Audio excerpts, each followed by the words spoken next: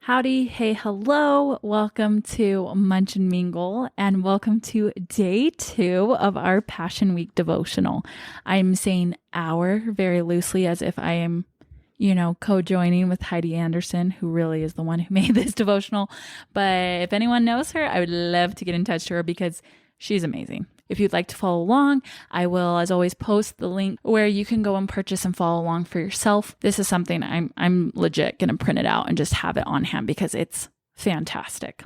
So we are on day 3 of our Passion Week leading up to Easter. And before we go into today, I actually came across a really, really cool verse yesterday. I was like, oh my gosh, this is an honorable mention. I have to talk about this. In Matthew 21, which is so funny because that's also where we're going to be today for day 3. But it's right after everything happened with the fig tree. And the disciples are saying, they're like, oh my gosh, I can't believe you just did that. But it's this verse that Jesus says to them that was like, just got me right in the heart. We are in verse 21. Jesus answered and said unto them, verily I say unto you, if ye have faith and doubt not, ye shall not only do this which is done to the fig tree, but also if ye shall say unto this mountain, be thou removed and be thou cast into the sea, it shall be done.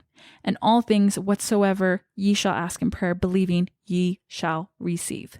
Talk about like just a champion scripture. Like everyone needs to go and put that on your phone today. You need to go write it and put it on your mirror because that is an amazing promise.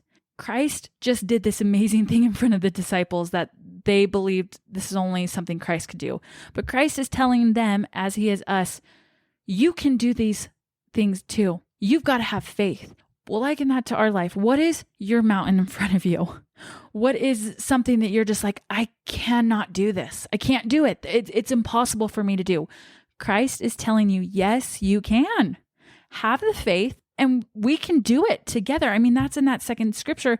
Ask in prayer, believing you shall receive this. That your desire, your dreams, your goals, you can do them. We keep telling ourselves that we can't, but God is like, yes, you can. You have that power with the faith. Oh, I could go on and on, but that again, honorable mention, everyone go read that scripture today, go memorize it. That's what I need to do. We're going to start memorizing that in this house. Okay. Ye shall believe. Okay. Sorry. We're going to calm it down. Whew. Tuesday, day 3. We are actually heading back to the temple, would you believe? Christ just made this whole scene yesterday in a very good way, and he's now going to go back. He's got some more teaching to do, but sure enough, who is going to meet him? The chief priest and the elders. Oh boy. And they are coming locked and loaded. Like they are ready for a showdown.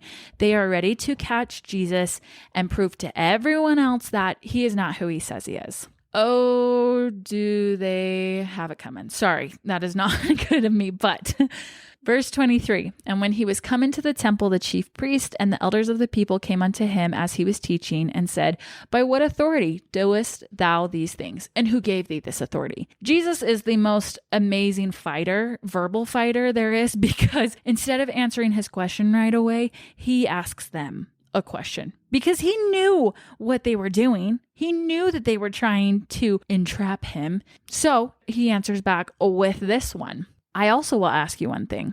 Verse 24, which if ye tell me, I and likewise will tell you by what authority I do these things. The baptism of John, whence was it?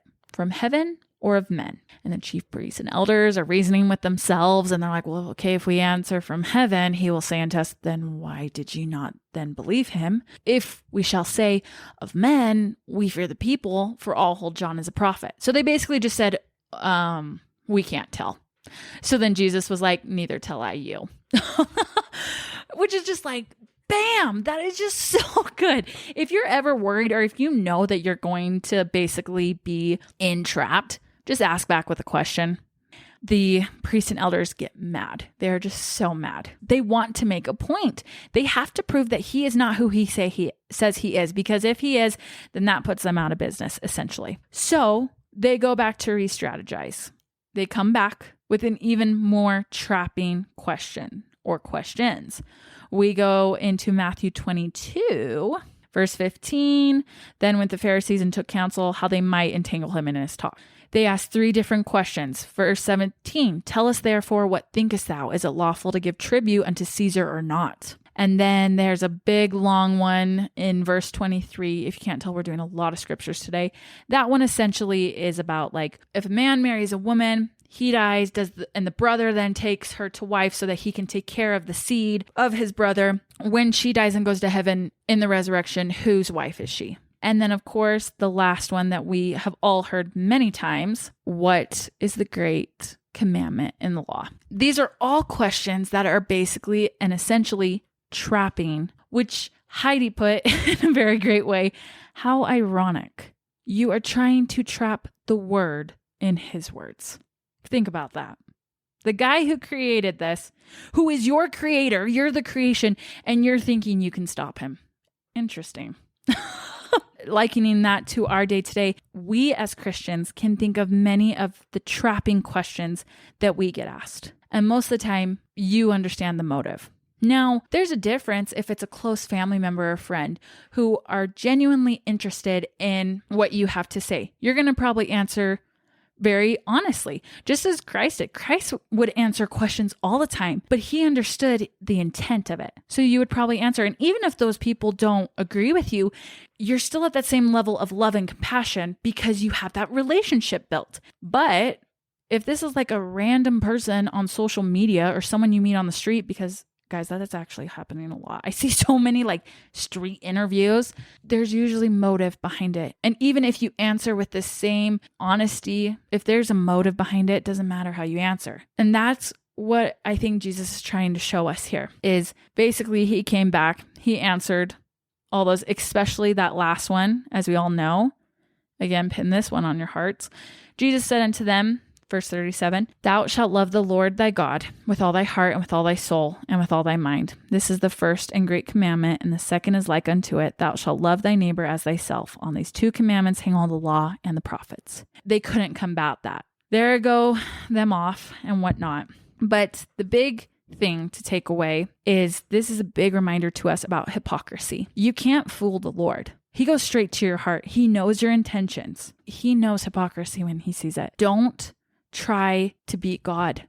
It's not going to work. It will not end happily. Submit your will and heart to God. He is so ready to envelop you with his love, and it's such a better way of living rather than trying to beat against him and trying to think that you know better. I've done it before. It never works. And I'm telling you, when you truly humble yourself before the Lord, it's amazing the things that happen when you're working with the Lord and not against him. Whew. Okay, now we are heading to the Mount of Olives. We got to run up the hill, as Heidi said, which got the song from Kate Bush stuck in my head all morning. We're going to run up to him because we're basically eavesdropping on an intimate conversation that he's having with the disciples. The disciples needed to ask, hey, you're starting to talk a lot about your time's coming to an end. Are we going to know what's happening? So in Matthew 24, verse 3, as he sat upon the Mount of Olives, the disciples came unto him privately, saying, tell us, when shall these things be, and what shall be the sign of thy coming and of the end of the world? I'm right there with them. On my top 3 worst fears, physically being destructed is one of them, you guys. And I know some of you are like, McKenna, but it is. It is. It's something that I'm just like, oh, when I pass away from this life, can it please be in my sleep? I don't want to feel it. I don't want to know it. Just let me wake up in heaven or be twinkled in an eye. That's how I would like to pass on from this life. That is just me. So I'm right there with these disciples okay, can you just give me a heads up? I do well. I do really well with more information. The less information I have, I kind of tend to spiral. That's how I work.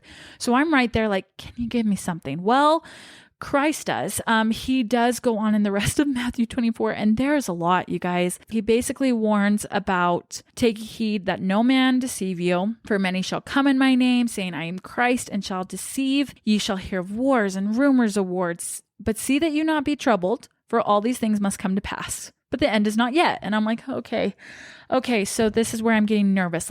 Am I going to die in that? And do I necessarily want to live through that? I'm feeling that.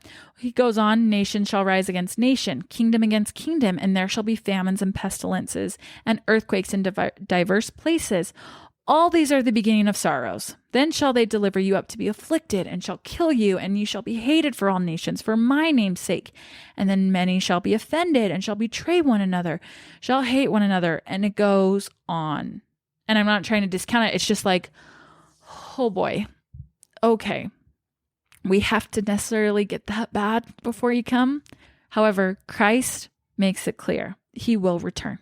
He said right there, don't be troubled, because I will still come. I'm not just going to leave you. And the gospel is going to be spread. That's going to help. And those who are enduring and doing well will be saved. So it kind of makes my ears perk up a little bit. Like, okay, so what do I have to be doing basically to be saved? Well, don't you worry, y'all. Let me turn the page here. We're going to Matthew 25. This is one of my favorite parables because it's the one I can understand the most, or I have been able to for the longest time. We need to live with purpose every day. If you go through the rest of 24, you're told many times you're not going to know the very hour. Even when you think it's time, it's still not that time. It's actually going to come when it's like, oh, it can't be this time. And then boom, there he is. Matthew 25, verse 29. We are going through the parable of the talents. I love it. I love it. I love it. For unto everyone that hath shall be given, and he shall have abundance. But from him that hath not shall be taken away even that which he hath. As most of you know, there are 3 servants. They are each given the certain amount of talent.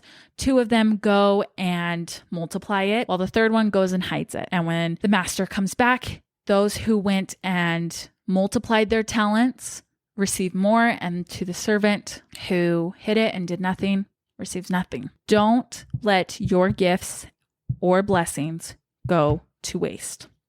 Heidi put it in such a great way that I have to read it exactly how she put it. Our God is a good God who gives his people good gifts. He gives us the food we need to feed our family, surrounds us with loving friends, and opens windows of opportunities to exercise our strengths and share the gospel. But when we don't use these gifts for his purposes or rightly thank him for our portion, we may see our passion dim, gifts go to waste, strengths weaken, and clarity of purpose fade. And I know I do not want to have that. I don't want it to come to the last day and know, McKenna, I gave you these things. I gave you these talents, these opportunities. These were going to help you, and you were going to help your other brothers and sisters, and you didn't use any of it. You guys know I've said that on this podcast before, that is a main point of this podcast, to direct people back to God. And if that is happening, glory be to him. And I just hope that I'm using a talent that he gave to me to do that. We have all been blessed though with so many talents. Use them for good. Use them for God. Do not let them get buried under our worldly to-do list. If you need to get a refresh, go back and listen to my episode last week, okay? It's a good little reset. What I want us all to do, and what I'm going to start doing, is at the top of my to-do list every day, because y'all know I do one, I'm going to have it like pinned right there, written in bold. Know God, love others, share his gospel. Those are top 3 MVP priorities every day.